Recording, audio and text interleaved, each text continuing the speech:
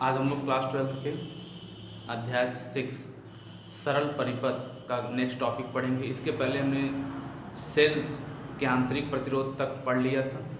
आज हम लोग स्टार्ट करते हैं सेल आंतरिक प्रतिरोध को प्रभावित करने वाले कारक। सेल के आंतरिक प्रतिरोध, यहाँ की रहेगा, सेल के आंतरिक प्रतिरोध को प्रभावित करने वाले कारक। देखिए,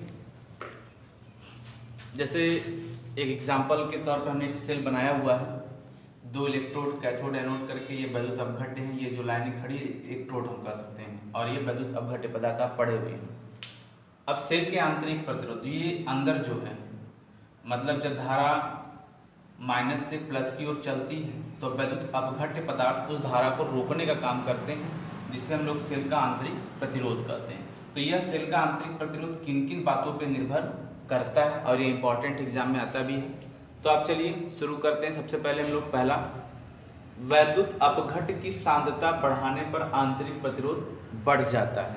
बोला, ये जो वैद्युत अपघट्य पदार्थ आपने भरा हुआ है, इसकी सांद्रता मतलब इसके गाढ़ेपन को और बढ़ा देंगे तो आपका आंतरिक प्रतिरोध क्या हो जाएगा, बढ़ जाएगा, मतलब विरोध करने वाले ज्यादा हो जाएंगे। ठीक। दूसरा, इलेक्ट्रोडों के बीच की दूरी के अनुक्रमानुपाती, ये देखिए इनके बीच की दूरी अनुक्रमानुपाती। अनुक्रमानुपाती में क्या होता है, अगर आप दूरी को बढ़ा देंगे तो प्रतिरोध का मान भी बढ़ जाएगा, दूरी घटा देंगे तो प्रतिरोध का मान भी घट जाएगा। आप यहाँ समझ सकते हैं कि अगर इनको हम पास करेंगे और नजदीक लाएंगे तो ये दूरी कम हो जाएगी। अगर दूरी कम हो जाएगी तो बाधा कम उत्पन्न होगी और आसानी धारा प्रवाहित होगी। इसलिए बोला जा रहा है, अगर आप दूरी बढ़ा देंगे तो प्रतिरोध बढ़ जाएगा, दूरी घटा देंगे तो प्रतिरोध का मान, दूरी बढ़ा देंगे तो प्रतिरोध बढ़ जाएगा और दूरी घटा देंगे तो प्रतिरोध घट जाएगा। तीसरा, वैद्युत अपघट्य में डूबे इलेक्ट्रोडों के क्षेत्रफल के अनुक्रमानुपाती। तो एक मिनट यहाँ पे देखिएगा आप लोग,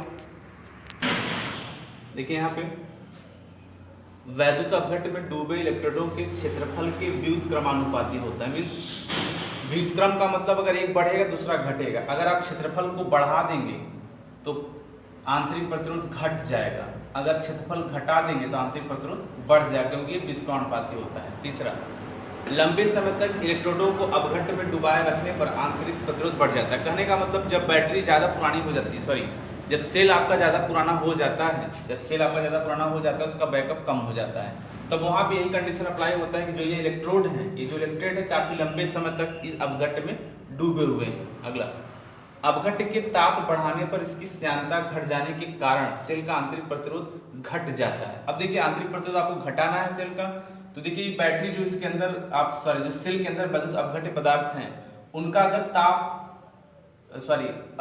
आप बढ़ाने लगेंगे, ताप बढ़ाने से क्या होता है, देखिए उनकी जो गाढ़ापन हो कम होने लगता है। ताप बढ़ाने पर उनका गाढ़ापन क्या होने लगता है, कम होने लगता है। अगर गाढ़ापन कम होने लगेगा तो प्रतिरोध को, धारा को रोकने वाले जो भी प्रतिरोध का मान होगा वो अपने आप कम हो जाएगा। तो वही बोल रहा है इसमें कि अपघट्य के ताप बढ़ाने पर इसकी श्यानता घट जाने के कारण, श्यानता मतलब उनका गाढ़ापन घट जाएगा, घट जाने के कारण सेल का आंतरिक प्रतिरोध घट जाता है। ठीक है, ये रहा आपका। और अगला आपका टॉपिक है, ये आपका संबंध है सेल में। अगला टॉपिक हम लोग का है सेल के वैद्युत वाहक बल।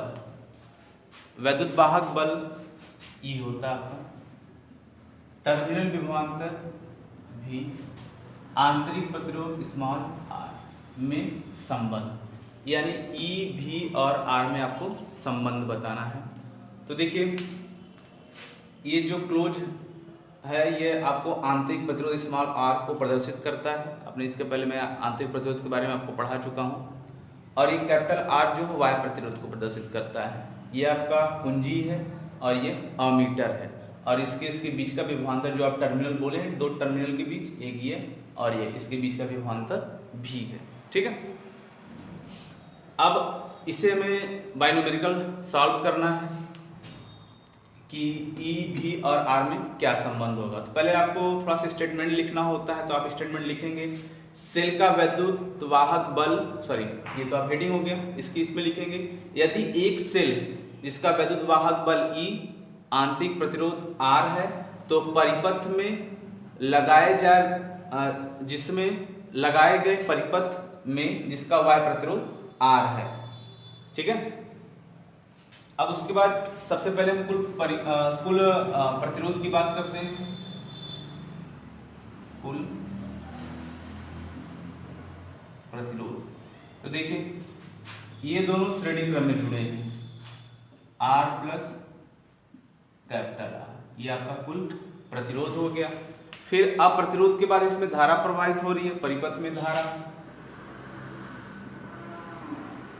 परिपथ में धारा I equal to E upon कुल प्रतिरोध। कुल प्रतिरोध कितना है, ये आपका कुल प्रतिरोध हो गया। ठीक है, अब हम इसको इक्वेशन फर्स्ट मान लेते हैं। इक्वेशन फर्स्ट मानने के बाद इसका इंटू कराते हैं, I small r capital R equal to E, या फिर E equal to IR plus IR। देखिए V इक्वल टू हम लोग IR पढ़े हैं बाह्य प्रतिरोध के लिए, लेकिन यहाँ पे IR स्मॉल प्रतिरोध आप सोच रहे होंगे इसका भी मान, लेकिन देखिए ये आंतरिक प्रतिरोध है, आंतरिक प्रतिरोध के लिए मान नहीं होता, ये केवल बाह्य प्रतिरोध के साथ होता है, इसलिए IR जगह हम क्या रख सकते हैं, V रख सकते हैं। तो E equal to IR plus V, ये देखिए इसमें E V और R, ये आपका संबंध हो गया। V E तथा R मतलब टर्मिनल विभवांतर, वैद्युत वाहक बल तथा आंतरिक प्रतिरोध में संबंध, एक ये हो गया। अब दूसरा हम अगर हम I के फॉर्म में इसको चेंज करना चाहें, जैसे I के रूप में अगर इसका क्वेश्चन फार्मूला लाना चाहें, तो यहाँ से देखिए लिखना होगा आपको,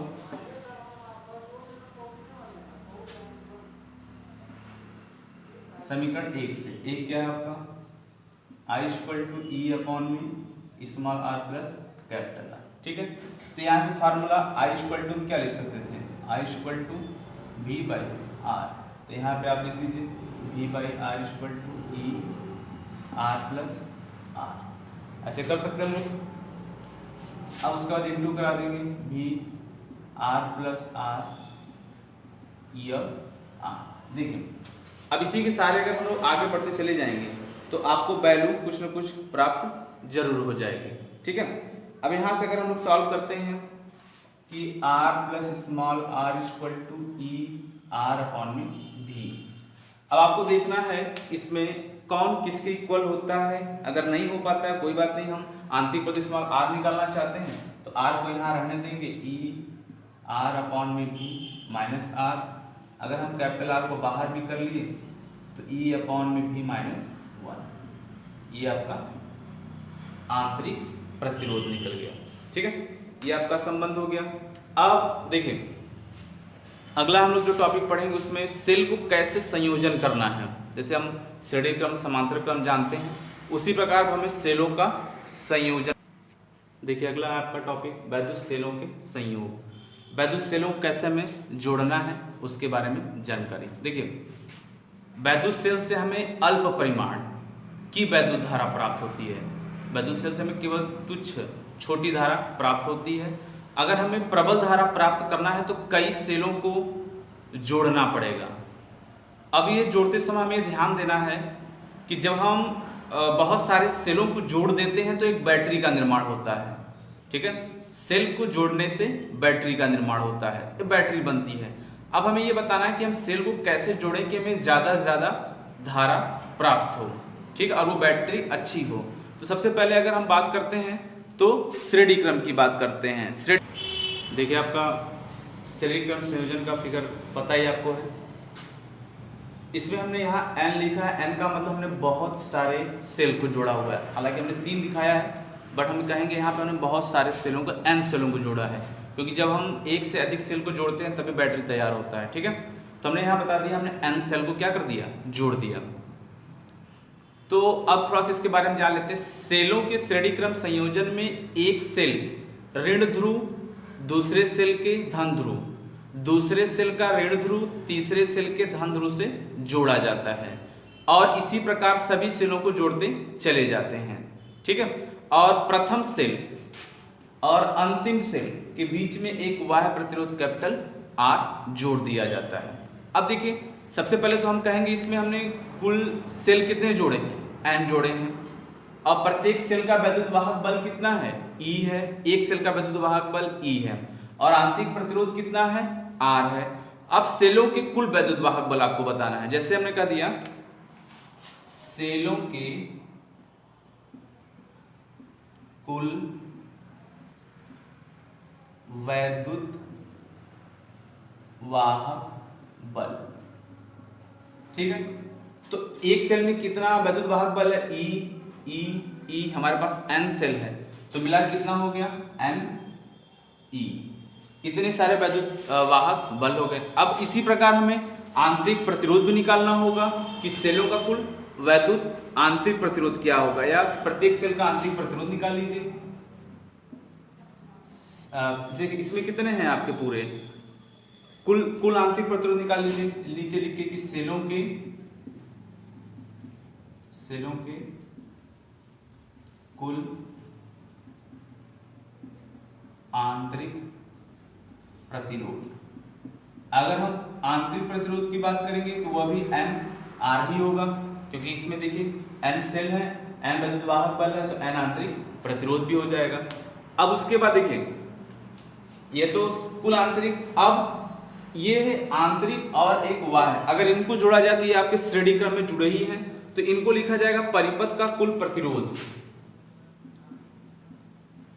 परिपथ का कुल प्रतिरोध, परिपथ का कुल प्रतिरोध। अब देखिए कुल प्रतिरोध क्या होगा, आंतरिक प्रतिरोध आपका NR है और बाह्य प्रतिरोध R है। ये आपका कुल प्रतिरोध निकल गया। अब हम धारा प्रवाहित करेंगे। परिपथ में प्रवाहित धारा I इक्वल टू, आपने पढ़ा इसके पहले कि कुल वैद्युत वाहक अल्पान कुल प्रतिरोध, कुल वैद्युत वाहक कितना है, NE है, कुल प्रतिरोध कितना है, NR प्लस R। ये आपको कुल धारा मिल गया। लेकिन अगर इससे हम कंडीशन हमें निकालना होगा, देखिए स्थिति, ये स्थिति ज्यादा इंपॉर्टेंट है, स्थिति फर्स्ट, ठीक है। स्थिति अगर आपको निकालना हुआ तो सबसे पहले स्थिति में आप बता देंगे कि हमने जो बाह्य प्रतिरोध है हम लोग का, हम उसको मान लेते हैं वो सबसे बड़ा है आंतरिक प्रतिरोध से, NR से, मतलब ये वैल्यू बड़ा है और ये क्या है, छोटा है। तो अगर ये छोटा है तो इसको आप नगण्य मान लेंगे, ये हट जाएगा, तब क्या हो जाएगा, I equal to NE upon में, ये तो हट गया, बच गया कौन, R, या इसको लिख सकते हैं NE/R।